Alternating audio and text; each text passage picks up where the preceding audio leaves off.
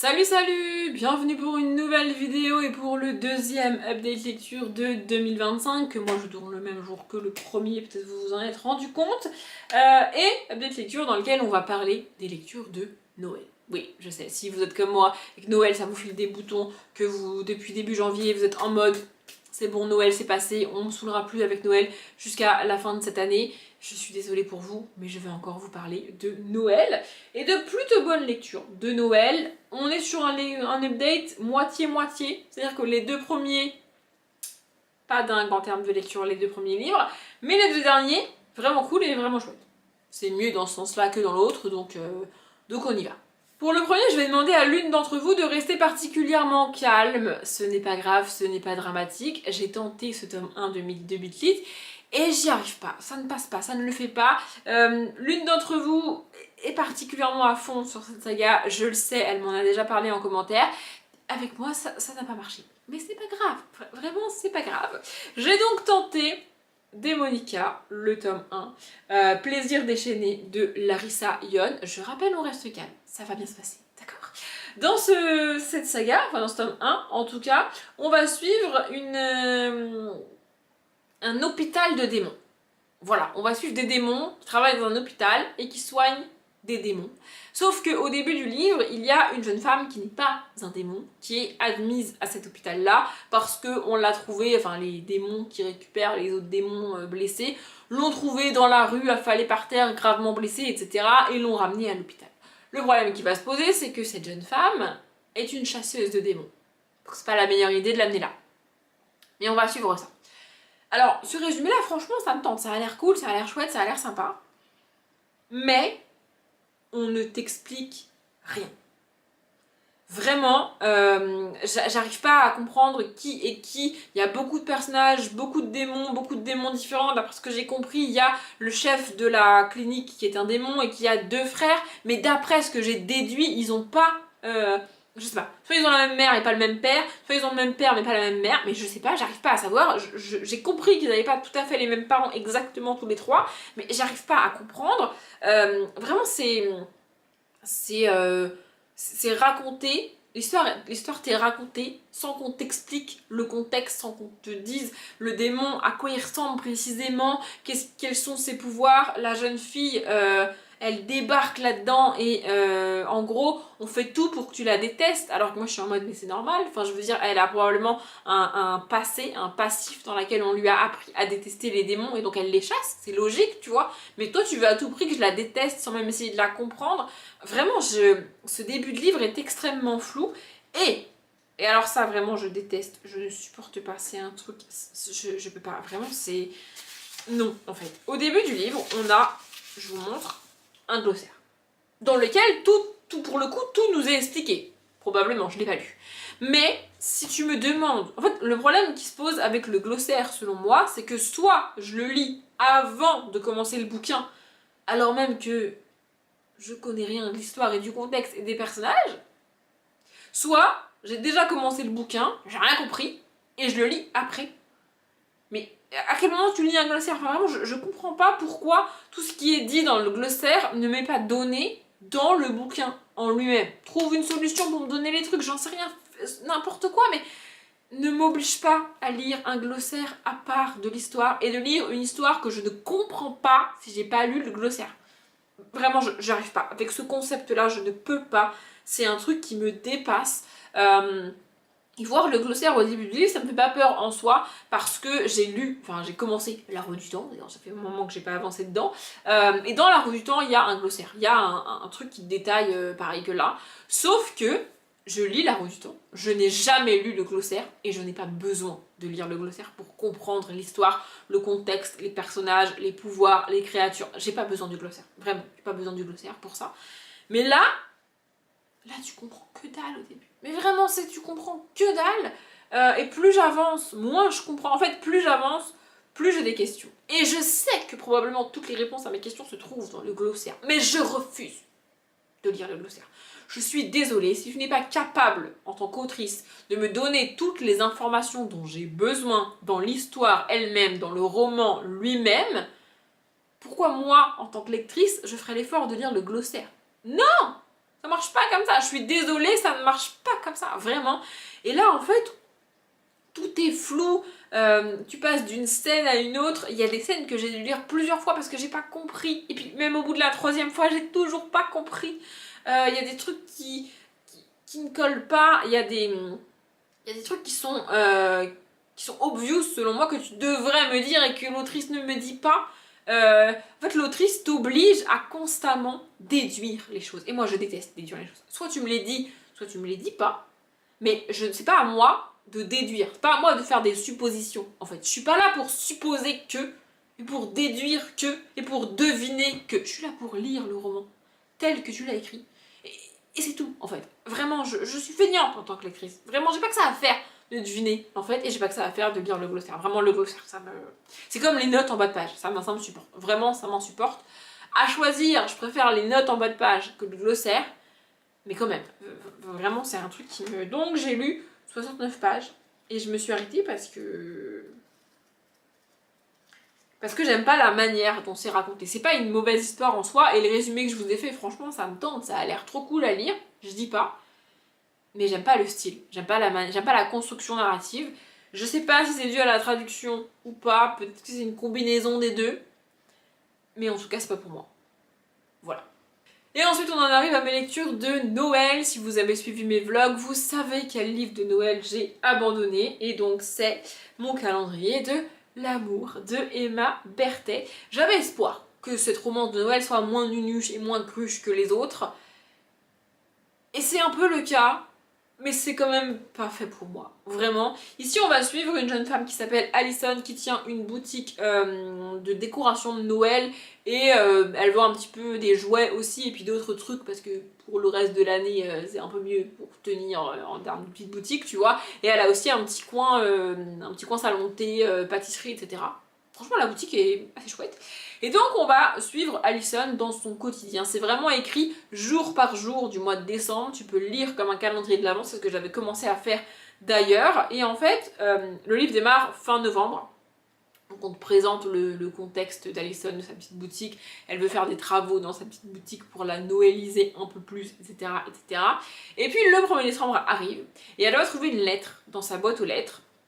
En gros, c'est une lettre d'un homme qui est amoureux d'elle, mais qui est lui-même pas très sûr de ses sentiments, et donc pas très sûr de vouloir lui dire.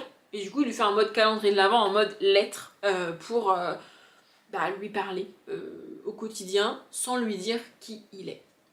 Le problème qui va se poser pour moi, c'est deux choses. Premièrement, suivre Alison réellement au quotidien, c'est chiant. Elle a pas une vie de dingue non plus. Et c'est comme si je vous racontais mes journées de boulot tous les jours du mois de décembre.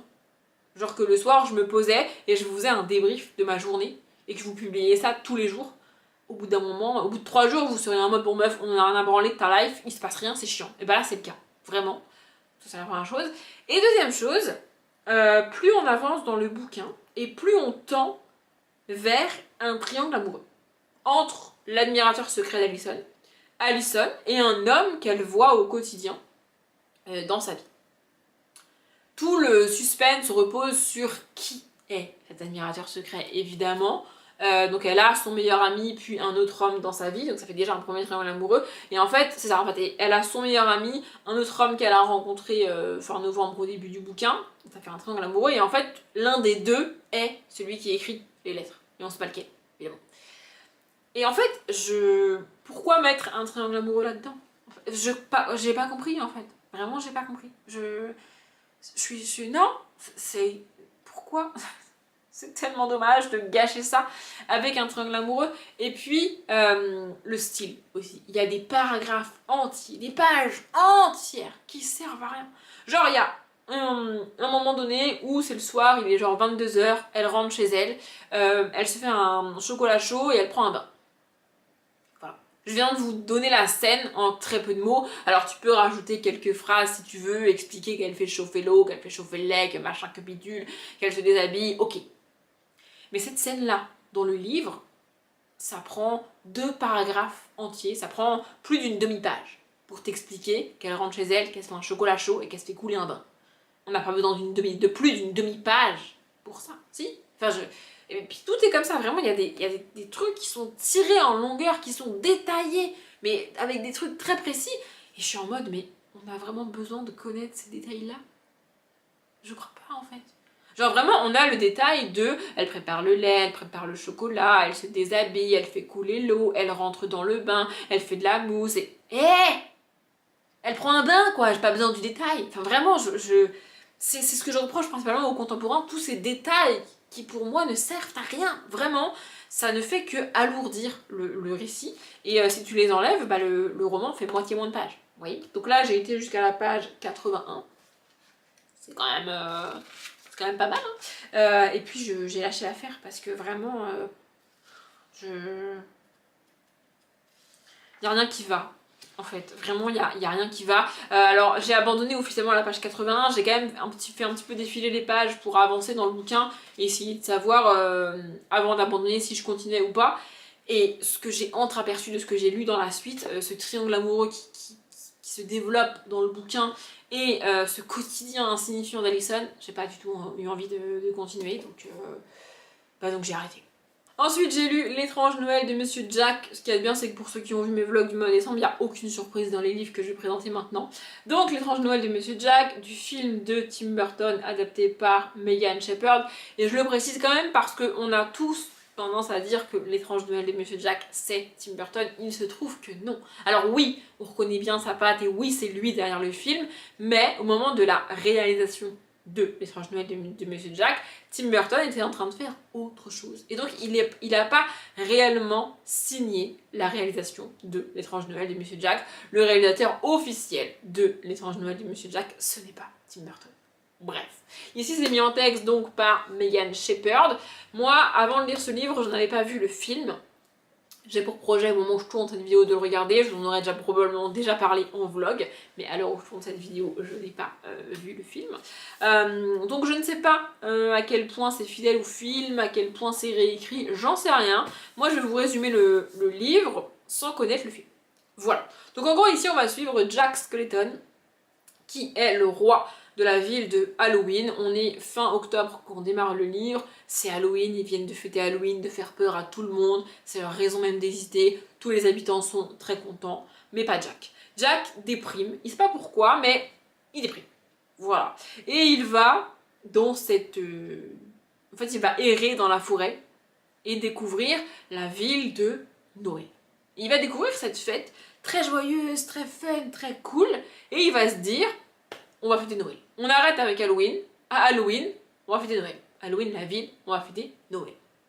Et donc il convainc tout le monde de fêter Noël. Voilà. Et ils organisent leur Noël à eux, et c'est ça qu'on suit dans ce bouquin-là. Franchement, j'ai bien aimé, j'ai passé un bon moment, je trouvais ça très chouette. Avant de lire le livre, j'avais tenté de regarder L'étrange Noël de Monsieur Jack et j'avais pas accroché, j'avais pas réussi. Donc là, je vais retenter, comme je le disais, mais franchement, ce livre est vraiment très cool, cette histoire est vraiment très chouette. Alors, même si j'avais pas regardé le film, en lisant le livre, j'avais quand même les images de Sally, de Jack et tout, parce que c'est des images que j'ai vues. Même si j'ai pas vu le film en entier, je sais à quoi ressemblent les personnages et la ville, etc. Donc pas réellement imaginer cette histoire avec mon cerveau à moi. Mais franchement, j'ai trouvé ça très cool, et puis j'aime beaucoup l'objet livre. On a un jaspage vraiment très très très beau. Les citrouilles ici, c'est magnifique. Voilà, il y a un tome 2 qui s'appelle La Reine des Citrouilles, un truc comme ça, que je vais acheter et que je vais lire alors, pour Halloween prochain, peut-être, ou alors avant, on verra. Et enfin, le dernier livre de cette update, c'est La vie de château, le tome de Noël en famille de Clémence Madeleine Perdia et Nathaniel Halimi. Dans le tome 1, on suit Violette, une petite fille de 9-10 ans, il me semble, qui vient de perdre ses parents dans un attentat à Paris et qui va vivre avec Régis à Versailles, Régis étant le frère de sa mère, donc son oncle. Voilà, c'est un bouleversement énorme pour la petite fille, ça c'est ce qu'on suit dans le tome 1. Dans le tome 2, on a donc Violette et Régis qui vivent tous les deux à Versailles et qui vont à Montpellier, il me semble, en tout cas dans le sud de la France, près de la mer, de l'océan, bref, je sais pas, chez les parents de Régis. Donc ils vont fêter Noël, le livre démarre vraiment le 24 décembre, ils font le trajet en train, ils arrivent là-bas, c'est le réveillon, machin, bidule et tout. Sauf que c'est un réveillon un petit peu triste parce que c'est le premier depuis la mort des parents de Violette, c'est déjà un moment assez particulier, j'en avais parlé en vlog. Et en plus, Régis ne se sentant pas particulièrement bien avec ses parents parce qu'il a changé de métier il y a des années de ça et ses parents n'ont pas compris ce choix, ils n'ont pas compris ce changement de métier et de carrière. Et c'est des adultes qui ne parlent pas, qui n'échangent pas, qui ne communiquent pas. Et donc ces non-dits sont restés en suspens dans la famille. Régis est parti faire son travail à Versailles et c'est resté comme ça en fait, sans qu'il parle, sans qu'il communique, sans qu'il se voit, sans qu'il s'appelle.